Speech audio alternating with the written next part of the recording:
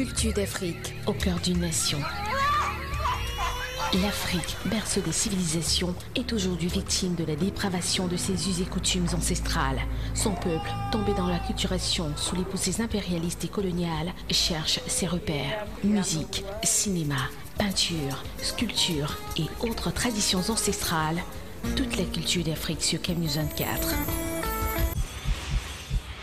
Bienvenue madame, monsieur à cette autre édition de Culture d'Afrique sur CAMnews 24. Nous parlons cinéma et surtout en vitrine les films camerounais, raison pour laquelle nous mettons les films camerounais face aux avancées du 7e art, de la technologie avec tout ce que ça comporte, parce que généralement les téléspectateurs ou alors les cinéphiles taxent souvent ou alors déplorent la qualité soit des acteurs et même des réalisateurs de nos films camerounais. Donc naturellement, il y a un film à venir qui vient un peu résoudre ce problème-là. Et pour en parler, nous avons sur le plateau de Culture d'Afrique Fanny Kamto, qui nous a fait le plaisir de répondre présent à notre invitation. Bienvenue sur le plateau de Culture d'Afrique, Fanny Kamto. Bonjour, c'est un plaisir pour moi, Eric. Alors, on parle des films camerounais face aux avancées du 7e art, c'est-à-dire les avancées technologiques. Est-ce que on peut dire aujourd'hui que c'est vrai, avec les avancées technologiques, est-ce que les films camerounais, ça rime à la norme aujourd'hui? Je peux prendre le risque de dire que des efforts sont faits, sont déployés. C'est vrai, il y a beaucoup de critiques vis-à-vis de notre cinéma, du cinéma camerounais. Mais déjà, peu à peu, on fait des efforts. On a des groupes, on a des cinéastes qui font des efforts de rendre au public ce qu'il attend. D'ailleurs, c'est la raison pour laquelle le film Améline a été produit au Cameroun et pas des Camerounais. Parce que c'est un film qui respecte les normes, c'est-à-dire qui respecte les règles de l'art.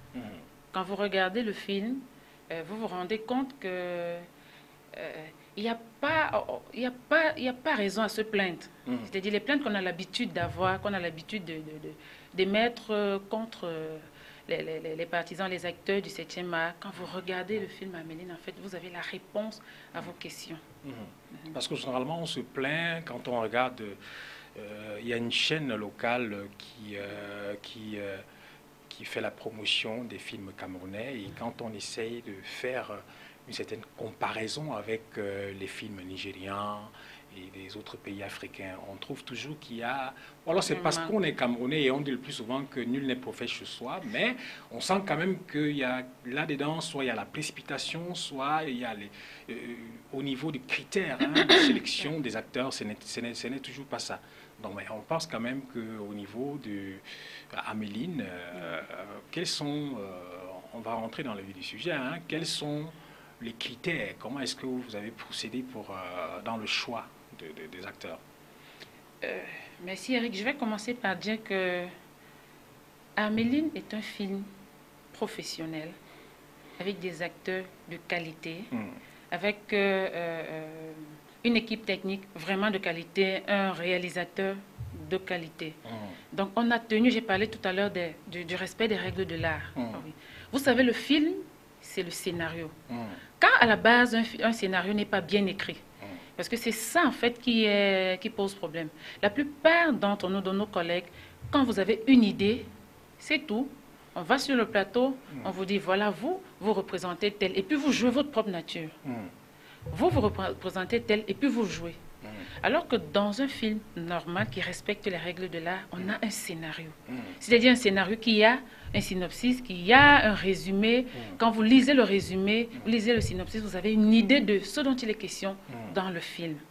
Oui. Et donc, Améline, pour résoudre cette question, a commencé par avoir un scénario de qualité. Un scénario qui nous a été écrit par un poète, par un écrivain camerounais. Oui.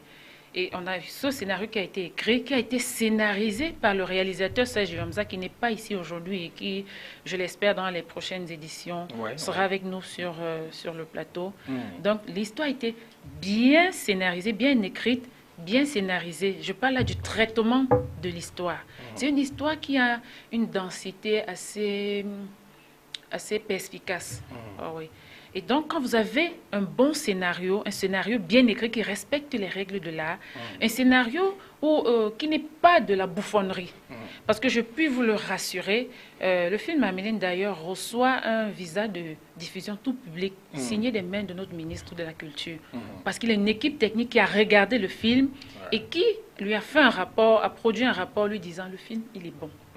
On a tenu compte de tout ce que nous avons comme, tout ce que nous faisons comme reproche à notre cinéma. Parce que nous-mêmes, nous faisons des reproches à notre cinéma. Sinon, on n'aurait pas pris le temps de bosser comme on l'a fait. D'ailleurs, le film a duré 2 ans. Oui, il a duré 2 ans. Pour le temps du tournage. Parce qu'on voulait que les choses soient bien faites. Que chaque chose soit à sa place. Et maintenant, quand vous avez un bon scénario, vous avez un réalisateur qui comprend ce qu'il fait. Ça veut dire qu'il ne va pas se lever un bon matin, on va tourner, on va sur le plateau. C'est quand on est sur le plateau qu'il se met à réfléchir à qu'est-ce qu'on va faire. Il a une feuille de route, ce qu'on appelle le découpage technique. Donc il prépare son découpage technique. Avant que le film, le projet soit lancé, on a un découpage. On sait que le découpage, c'est peut-être 110 pages, comme celui du film Améline. On connaît déjà le nombre de pages, donc tout est fait. Maintenant, le réalisateur est derrière la caméra. Le réalisateur de l'autre côté, il regarde. On a un metteur en scène. Oui. Pardon. On a commencé par un casting déjà, un casting pendant lequel on attribue les rôles en fonction je veux dire, on a choisi les acteurs en fonction du rôle. Oui. Parce qu'on ne va pas choisir pour un rôle où on a besoin de quelqu'un d'assez imposant. On ne va pas choisir une petite personne. Ça va du tout, ça ne va pas donner. Donc, on choisit, on caste les personnes qui vont avec le scénario d'un, qui ont le profil, de deux, qui répondent sur le plan du jeu d'acteur. Parce que pendant le casting, on a le directeur de casting a la possibilité, en fait, c'est en ce moment qu'il jauge, qu'il juge de vos capacités à avoir le rôle ou pas. Quand tout ceci est donc fait, c'est là où le travail du metteur en scène proprement dit entre en jeu. Oui, son travail commence. Et nous avons ce privilège également que, fait comme je l'ai dit au préalable, oui, je parle du découpage technique, le réalisateur, quand il a scénarisé le film, il a fait avec une mise en scène déjà. Oui. Ok. Donc, à partir de ce moment, quand vous ne rendez pas au réalisateur le jeu qu'il attend, je suis désolée, nous, on voulait faire du bon. Alors, dès que ce n'est pas le jeu qu'on attend, on arrête, on reprend, jusqu'à obtenir ce qu'on demande, ce qu'on recherche de l'acteur. Oui. Généralement, en fait, les Camerounais, les acteurs camerounais ne sont pas mauvais acteurs. L'acteur, c'est le scénario. C'est le scénario qui fait l'acteur. Quand vous avez un bon scénario, vous jouez bien. En général, quand vous avez un bon scénario, déjà, quand on vous donne un scénario qui n'est pas bien fait, qui n'est pas bien écrit, jouez, je ne sais pas ce que vous voulez, vous n'allez jamais rendre fidèlement aux cinéphiles ce qu'ils attendaient du cinéma, ce qu'ils attendaient de l'idée que vous avez à la base. Donc on espère vraiment que Améline vient là sortir un peu les Camerounais, les cinéphiles camerounais, bon je ne sais pas si je vais dire de la torpeur ou alors de l'idée qu'ils ont des films camerounais, c'est-à-dire de temps en temps quand on parle d'un film camerounais, bon ceux qui sont vraiment amoureux de la chose y vont, mais la majorité c'est que bon ça ne donne rien, on va voir quoi là, donc on se dit qu'Améline vient un peu répondre à ces attentes-là. Bon voilà, quelle est la quintessence, le résumé, ça parle de quoi Améline? C'est le nom d'une femme. Améline, c'est vrai, c'est le nom d'une femme. Ouais. Ah oui. La femme qui est l'histoire que Désiré va raconter. Parce qu'en fait, c'est l'histoire de deux jeunes défavorisés. Le garçon, c'est Désiré, qui tombe éperdument amoureux de la jeune Améline. Tous deux vraiment issus des milieux assez défavorisés. Le garçon, lui, il est orphelin de père. Il n'a que sa mère, qui n'a pas pu lui payer les études au-delà du CM2. Il a son certificat d'études primaires élémentaires et c'est tout. Il continue en faisant les travaux de la débrouille et, comme disait l'autre, tout ce qu'il trouve à faire, il le fait.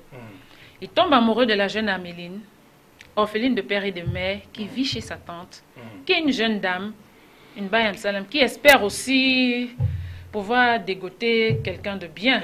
Donc, ça fait que quand elle a ses petits sous, c'est pas pour prendre soin d'Améline, je suis désolée, c'est pour prendre soin d'elle-même. Voilà. Et donc, du coup, entre-temps, Désiré entre dans la vie d'Améline, il tombe amoureux d'elle, et puis il se dit, comme elle aime l'école, moi aussi, je suis intelligent, je voulais aller loin à l'école, mais ma pauvre maman Mabo n'avait pas les moyens. Qu'est-ce que je fais? Je prends ma revanche sur les études que je n'ai pas pu faire en finançant les études d'Améline. Et c'est comme ça qu'il va payer les études d'Améline jusqu'à ce qu'elle obtienne son baccalauréat. Et il va dire non, ça ne va pas, je ne vais pas m'arrêter en si bon chemin. Il va aller jusqu'à ce qu'elle obtienne sa licence. Comme c'est un jeune garçon très attentionné, bourré de bonnes ambitions, il se dit, voilà, je vais lui chercher du travail. Et à partir de ce moment, il commence à faire le tour du FNE. Il y va tous les jours, il dégote les offres d'emploi qui ramènent à Améline, qui ne produisent pas, et elle finit par se décourager. Oui. Et il faut dire qu'entre-temps, elle est revenue vivre avec Désiré chez sa mère, parce que tombée enceinte, Mamie Jeanne, sa tante, en a profité pour dire, oh, désolée, je n'ai pas besoin d'une fille-mère chez moi, donc on va se séparer. Elle était obligée d'aller vivre avec Désiré et sa mère, qui avait des appréhensions au départ. Oui, sa mère a des appréhensions au départ, parce qu'elle lui dit, fais gaffe, mon fils. Les études que tu passes le temps à lui payer, tu pouvais te les payer toi-même. Il va lui dire, non, maman, c'est ma façon de prendre ma revanche sur l'école. Je vais financer, je vais payer les études d'Améline. Et demain, quand elle va fréquenter, elle va finir, elle sera une grande dame. Enfin, on va se marier. Bon, mais j'ai l'impression qu'il y a une histoire triste qui arrive à la fin. On va dire que oui, parce que c'est parti en fait de quoi? D'un fait habituel, un fait d'actualité qu'on a dans la société. J'ai payé les études à tel, et puis après, j'ai aidé tel à avoir un grand contrat. J'ai fait des pieds et des mains pour la positionner, ou pour le positionner, parce que ce n'est pas seulement valable pour les femmes, ou pour les hommes, et vice-versa, c'est valable, et vice-versa pour les hommes comme pour les femmes.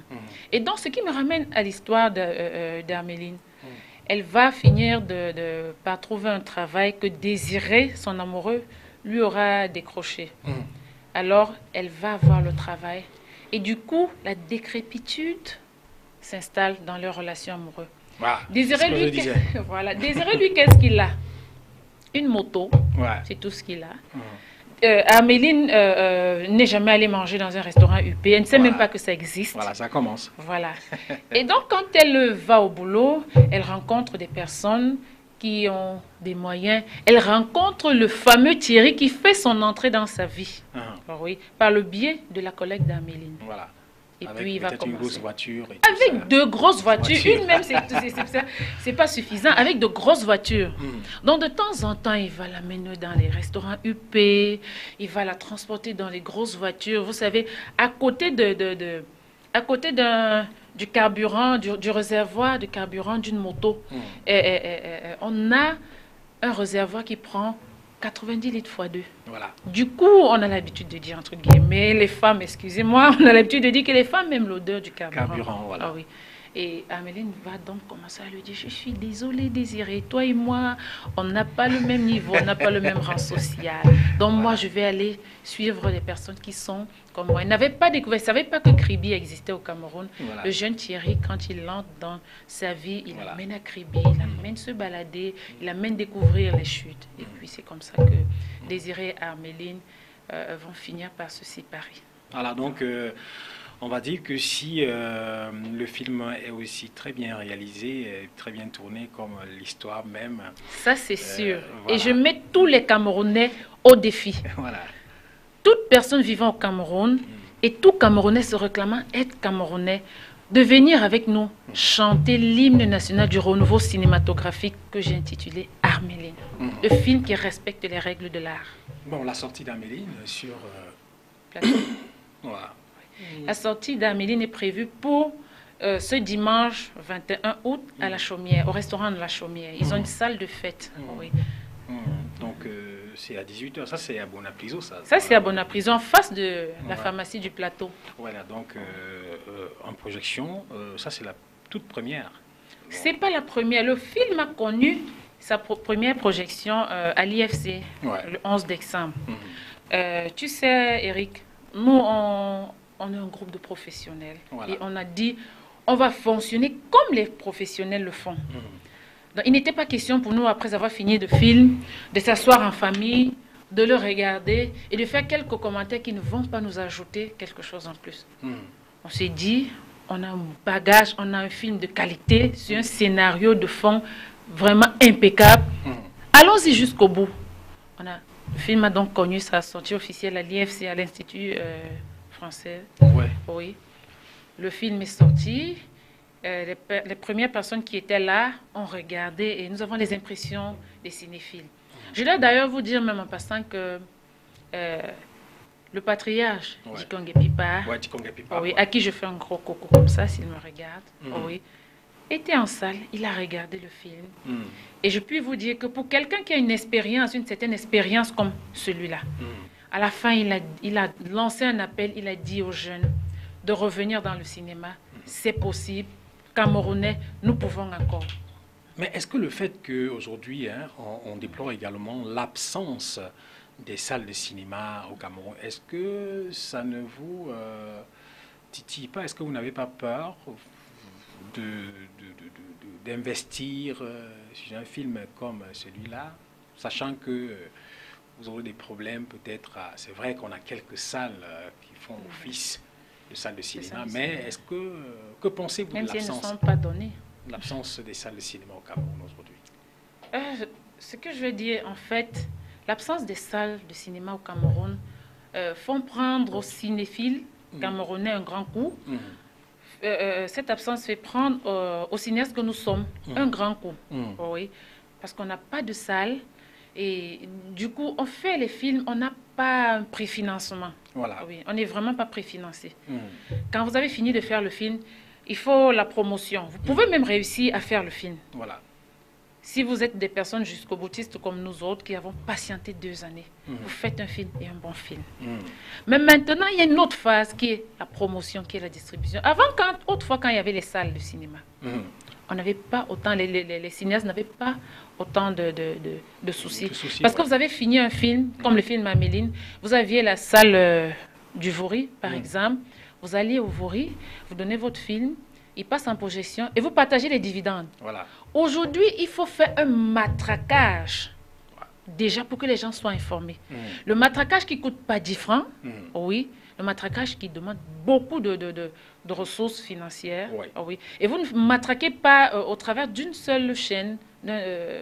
Vous devez communiquer au travers de plusieurs médias.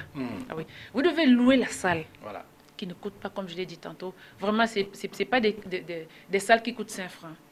Il faut avoir le moyen pour louer la salle, le moyen pour prendre soin des hôtesses, pour prendre soin de ci, des gardiens, de ça et de ça. Il faut faire imprimer les billets, il faut faire les affiches. C'est pas évident, il faut communiquer. C'est pas évident, il y a les grandes affiches que nous avons à l'extérieur. Il faut communiquer. C'est vraiment pas facile. Et on n'en trouve pas beaucoup sur les opérateurs économiques ou alors ceux-là même qui acceptent encore de mettre facilement leur argent pour accompagner ou alors pour produire. Ça, je vais dire oui. Tout de suite, je vais dire oui. On en trouve vraiment presque plus, mais il y en a. Et je vais le dire ici, Améline est le film qui se veut comme celui-là qui va ramener la réconciliation entre les cinéastes et les investisseurs. Je dois vous dire, il n'est pas évident pour quelqu'un de venir investir dans une affaire qui ne marche pas. Ce n'est pas parce que vous êtes un cinéaste, ce n'est pas parce que vous êtes un producteur, ce n'est pas parce que vous êtes un réalisateur que vous avez un bon film, que vous avez un film, je veux dire, que je viendrai vous accompagner. Je dois être sûr de la moralité de votre film. Je dois être sûr que le film doit être fait dans le respect des règles de l'art. Mais tenant donc compte de ce fait, nous, on a dit... On ne va pas baisser les bras. On a de la matière. Au Cameroun, si, je le dis, nous avons de la matière. On a dit on va faire un film et un bon film. On n'a personne pour nous préfinancer. La productrice est là. Elle va faire son travail de production et le film sera fait et bien fait. Maintenant que le film est fait, nous invitons les annonceurs à venir regarder. Après avoir regardé le film, ce n'est que comme ça qu'on peut se mettre à parler de partenariat, ouais. qu'on peut parler d'un accompagnement, parce qu'ils auront regardé le film, Ouais. qu'ils seront convaincus que c'est un film qui mérite d'être accompagné. C'est un film qui ne doit pas passer à côté d'une marque qui se veut une grande marque dans cette nation. Alors, donc, les cinéphiles, on invite tous les cinéphiles de Douala et pourquoi pas des autres villes, bien évidemment, du département, même de la région du littoral, de venir le 21 août 2016 à massivement. Oui, à La Chaumière, c'est à Bonapliso, pour regarder Améline. Ça m'intéresse vraiment. C'est un film de Serge Yomzak Bibaye, donc le réalisateur. Et maintenant, il y a une question qui se pose. Est-ce que après le 21, est-ce qu'il y a d'autres dates pour les projections, soit ici, soit dans d'autres villes, seulement à Douala? Non, ce que je veux dire, c'est que le film ne sera pas projeté uniquement à Douala. Mais j'invite tout le monde à venir massivement regarder le film à La Chaumière. Parce que le film va faire son bonhomme du chemin, mais ce n'est pas pour maintenant. Déjà que je voudrais annoncer aux cinéphiles que le film Améline, c'est un film qui ne sera pas fait sur DVD. Donc je vous accorde comme ça le privilège de déguster le film en salle comme ça se faisait avant. Pourquoi ça ne sera pas fait en DVD? Parce que le DVD, c'est pour les collectionneurs. Le DVD, c'est pas pour regarder un film pour la première fois. Un film, on le regarde en salle, on le regarde en salle, on le regarde autant de fois que se faire se peut. Comme pour le film Améline, qui est un film à consommer sans modération. Quand vous l'avez regardé, quelques années plus tard, vous prenez, on fait la sortie des DVD, vous les avez comme collection. Voilà.